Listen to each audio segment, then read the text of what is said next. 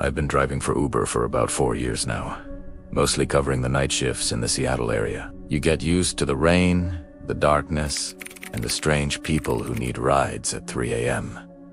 Usually, I keep my head down, play my podcasts, and just drive. But there is one ride from last November that I haven't been able to shake. It was a Tuesday, dead quiet. I was parked near the airport waiting for a surge that never happened when I got a request. It was a long trip, 45 minutes out to a town I'd vaguely heard of, deep in the foothills. The payout was huge, almost tripled the normal rate, likely because no other driver wanted to go that far out into the boonies in the middle of the night.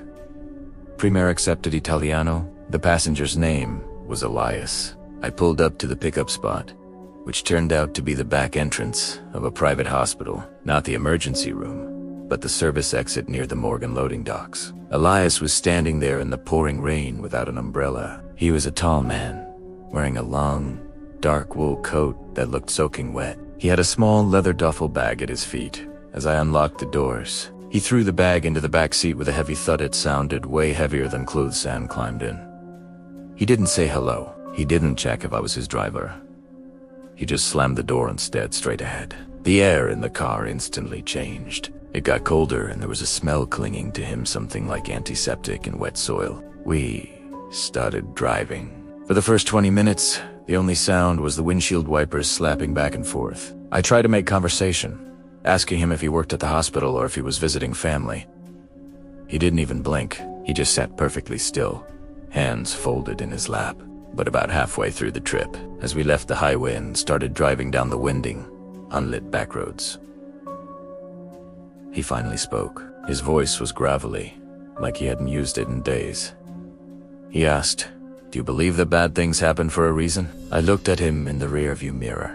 His eyes were fixed on the back of my head. I gave a nervous laugh and said something generic about karma. He didn't laugh. He whispered, "I think bad things happen because we invite them in."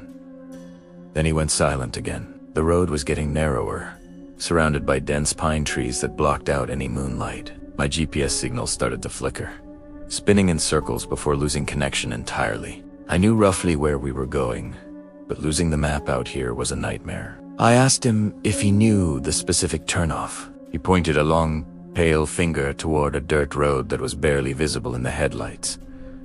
"Down there," he said, "the end of the line." My gut was screaming at me to turn around. This wasn't a driveway. It was an old logging trail, but I needed the money, and I didn't want to confront a guy who looked like he could snap my neck. I drove down the trail for maybe a mile until the trees opened up into a clearing. There was a single, dilapidated cabin. The windows were boarded up, and the roof looked caved in. It was completely abandoned. I put the car in park, and the headlights illuminated the front porch. "We're here," I said, my voice shaking. Elias didn't move. He just stared at the cabin. Then, without looking at me, he said, "Don't leave until I'm inside." He got out, grabbing his heavy leather bag. He walked slowly to the front door of this abandoned ruin. He didn't use a key. He just pushed the rotting wood, and the door creaked open into absolute darkness. He stepped inside and closed the door behind him. I sat there for a full minute, terrified, my foot hovering over the gas pedal. I was technically supposed to end the ride, but I was frozen. Suddenly, my phone buzzed. Service had returned for a split second. It was a notification from the app. Rider canceled. My heart stopped. If he canceled, I wasn't getting paid. But more importantly, why cancel after he was already dropped off? I looked back at the cabin. A light had turned on inside. Not an electric light, but the flickering orange glow of a fire. Then, I saw a silhouette in the window. It wasn't Elias. It looked like someone or something much taller, with antlers or horns, watching me from behind the dirty glass. I threw the car into reverse, spinning the tires in the mud, and drove backward down that trail faster than I've ever driven in my life. I didn't stop until I was back on the highway and saw the lights of a gas station. I reported the account to Uber, but they told me the account was created that same night with a prepaid card and a fake email. I never found out what was in that heavy bag or what was waiting for him in that cabin. But I know one thing. I never drive into the woods at night anymore. Not for any amount of money.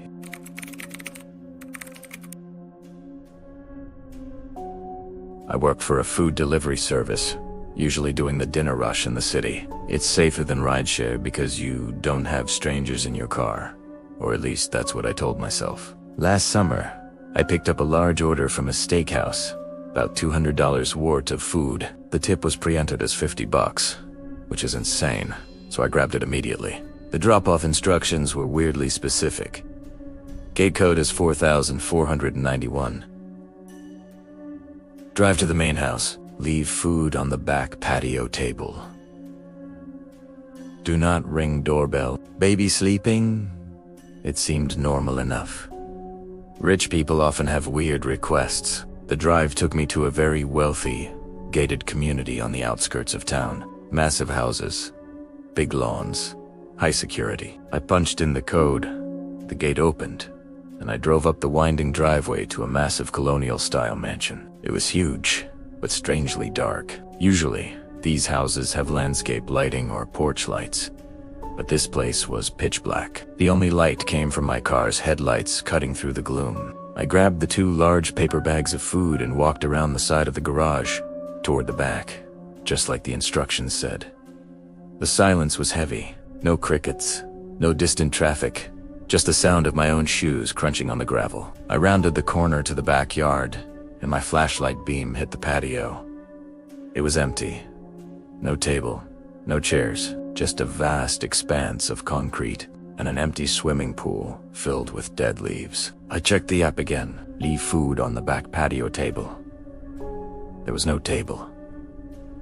I stood there, feeling exposed. I texted the customer. Hey, I'm in the back, but there's no table. Where do you want the food?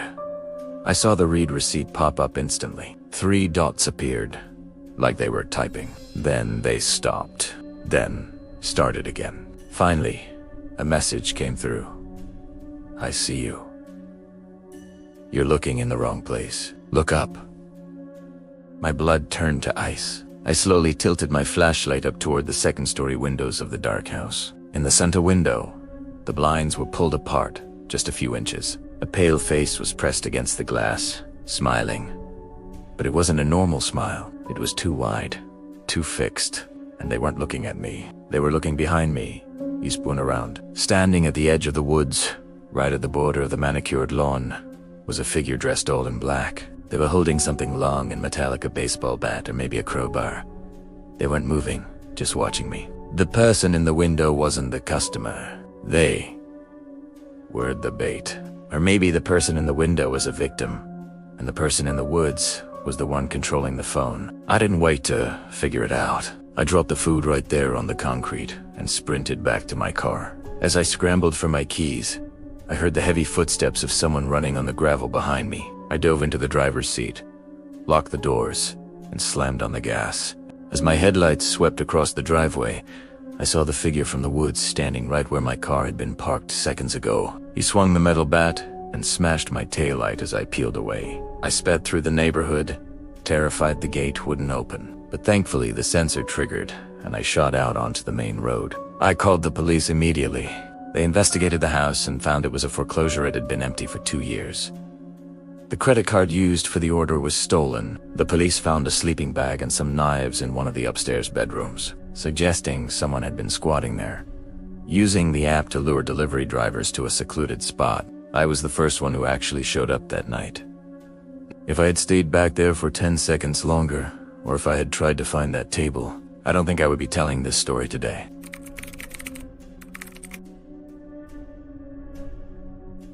This happened back when I was in college. My car was in the shop, so I was relying on Uber to get to my evening classes and back to my apartment. It was a Thursday, late October, getting close to Halloween. I finished a study session at the library around midnight. The campus was deserted. I requested a ride, and the app paired me with a driver named Greg in a silver sedan. It was close, only 2 minutes away. I stood on the curb, shivering in the cold wind, watching the little car icon approach on my phone screen. The car pulled up. It was a beat-up silver sedan older than what Uber usually allows, with tinted windows so dark I couldn't see inside. I opened the back door and slid in. "Greg?" I asked. The driver nodded. He was wearing a hoodie with the hood up, so I couldn't see his face, just the stubble on his chin, heading to the Northside Apartments. He mumbled. I said yes. He pulled away from the curb aggressively, tires screeching a little. Something felt off immediately. The car smelled terrible, like sulfur and rotten meat, masked by a dozen little tree air fresheners hanging from the rearview mirror. There were scratches all over the interior of the back door, deep grooves like someone had keyed the plastic or clawed at it. I tried to ignore it, telling myself it was just a beat-up car. I pulled out my phone to text my roommate that I was on my way. That's when I noticed something strange. The Uber app on my phone was still searching. It said, "Finding your ride." ... I froze. I stared at the screen. If the app was still searching, then who was driving this car? I looked up at the driver. He was watching me in the rearview mirror. I could see his eyes now. They were bloodshot and wide, frantic. He locked eyes with me and grinned. "App glitching?" he asked. His voice was mocking. He knew I realized he wasn't Greg. "Stop the car," I said, trying to keep my voice steady. "I think I'm in the wrong car." He didn't slow down. He sped up, blowing through a stop sign. "You're in the right car," he sighed softly. "You're exactly where you need to be." He took a hard left, turning away from the route to my apartment and heading toward the industrial district down by the river. Panic exploded in my chest. I grabbed the door handle and yanked it. Locked eye. Tried to pull up the lock pin, but it had been removed unscrewed completely, so the metal rod was flush with the door panel. "Let me out," I screamed, pounding on the glass. The driver just laughed, a low, manic sound. He reached under his seat and pulled out something that glinted in the passing streetlights. A knife. "Quiet down back there, or I'll pull over and make you quiet," he hissed.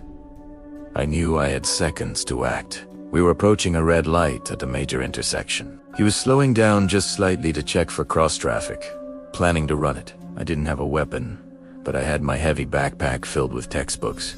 I unbuckled my seatbelt, braced my legs against the front seat, and swung my backpack with all my strength at the side of his head. The corner of a hardcover biology textbook connected right behind his ear. He yelled in pain, and the car swerved violently to the right, jumping the curb and slamming into a street lamp. The impact threw me forward, but the airbag didn't deploy.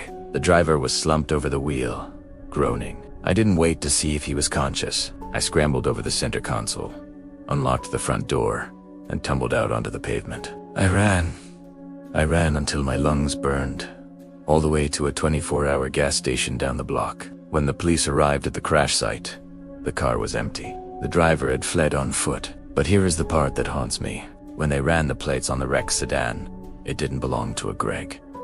It belonged to a woman who had been reported missing 3 weeks earlier. They found her ID and some of her clothes in the trunk, along with a roll of duct tape and zip ties. The man driving the car was never caught. Sometimes, when I'm walking alone at night and a car slows down near me, I can still smell that mix of sulfur and air freshener, and I wonder if he's still out there looking for his next passenger.